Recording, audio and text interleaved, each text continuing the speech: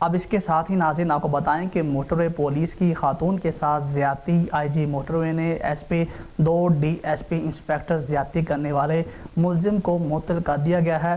थाना सदर डस्के में मुकदमा दर्ज कर लिया गया है। FIR के मुताबिक नेहा बशीर ने इल्ज़ाम लगाया कि वो इचरा लाहौर की रहायशी है। अपने करीबी अजीज़ बिलाल के साथ लाहौर जा रही थी।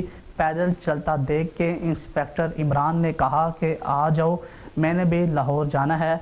गाड़ी में बैठाकर मेरे अजीज़ को मार पीट करके उतार दिया और मुझे ज़्यादती का निशाना बनाया।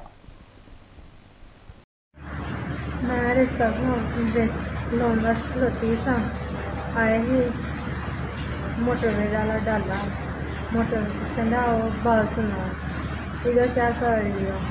मैं क्या रिश्ता देख रही हूँ, घर जाना है।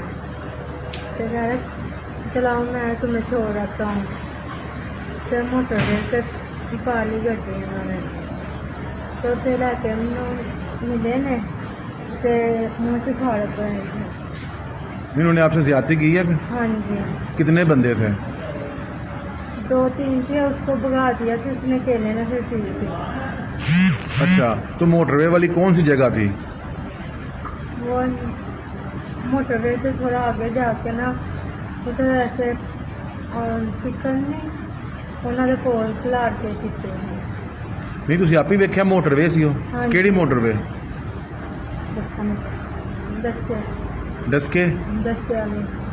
डस्के वाली मोटरवे? हाँ जी। ਤੇ ਇਹ ਉਦੋਂ यूनिफॉर्म ਦੇ ਵਿੱਚ ਸਨ ਜਿਹੜਾ ਪੁਲਿਸ ਵਾਲਾ ਜਿਹੜਾ ਸੀ? हाँ जी। सरकारी गड्डी ही? हाँ जी। धमकी दी थी पुलिस से फड़ा देना। मैं क्या जी रही इंज दे तो मैं बाहर जाना ਤੁਹਾਡੇ ਤੋਂ ਮੈਂ ਨਹੀਂ ਡਰੀ। ਅੱਛਾ, ਤੇ ਜਦੋਂ ਇਹ ਜਿਹੜੀ FIR ਜਿਹੜੀ ਹੋਈ ਹੈ ਇਹ ਤੇ ਹੋਈ ਹੈ FIR ਵਿੱਚ ਲਿਖਿਆ ਕਿ ਸਿਰਫ ਜ਼ਿਆਦਤੀ ਦੀ ਕੋਸ਼ਿਸ਼ ਹੈ ਕਿ FIR ਸਹੀ ਹੋਈ ਹੈ? हाँ जी। नहीं सही ਉਹਨਾਂ ਲਿਖਿਆ ਹੈ ਕਿ ਸਿਰਫ ਜ਼ਿਆਦਤੀ ਦੀ ਕੋਸ਼ਿਸ਼ ਕੀਤੀ ਗਈ, ਜ਼ਿਆਦਤੀ ਨਹੀਂ ਹੋਈ। ਤੁਸੀਂ ਕੀ ਕਹਿੰਦੇ ਹੋ ਇਸ ਹਵਾਲੇ ਨਾਲ? ਮੈਂ ਕਿਹਾ ਹੋਈ ਹੈ, ਮੈਂ ਉੱਥੇ ਵੀ ਕਹਿੰਦੀ ਰਹੀ ਹਾਂ। ਤੇ ਫਿਰ ਤੁਹਾਨੂੰ ਉਹ FIR ਕਿਉਂ ਗਲਤ ਦਿੱਤੀ ਗਈ ਹੈ ਫਿਰ? ਪਤਾ ਨਹੀਂ ਪਤਾ ਨਹੀਂ। ਤੇ ਤੁਸੀਂ ਹੁਣ ਵਜ਼ੀਰ ਆਲਾ ਕੋਲ ਕੀ ਅਪੀਲ ਕਰਦੇ ਹੋ? ਤੁਸੀਂ ਗੌਰਮੈਂਟ ਕੋਲੋਂ ਕੀ ਅਪੀਲ ਕਰਦੇ ਹੋ? ਤੁਸੀਂ ਦੱਸੋ ਨਾ। ਸਾਫ ਹੈ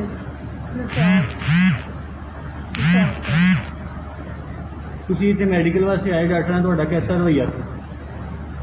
ਬਹੁਤ ਓਕੇ ਬੋਲ ਰਹੇ ਸਹੀ ਪਤਨੀ ਵੀ ਕਾਂਦੀ ਕਿੰਨੇ ਘੰਟੇ ਤੋਂ ਬੈਠੇ ਰਹੇ ਹੋ ਇੱਥੇ?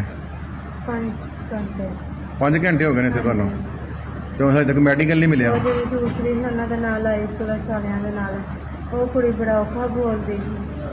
ਲੇਡੀਜ਼ ਕਾਂਸਲ? ਹਾਂਜੀ। 2-3 ਵਾਰੀ ਬਾਹ ਮੇਰੇ ਕੋਲ ਖੜੀ ਹੋਈ। ਮੈਡੀਕਲ ਦੇ ਦੌਰਾਨ ਤੁਹਾਨੂੰ ਕੋਈ ਧਮਕੀਆਂ ਲੱਗਦੀਆਂ ਦੀਆਂ? ਨਹੀਂ।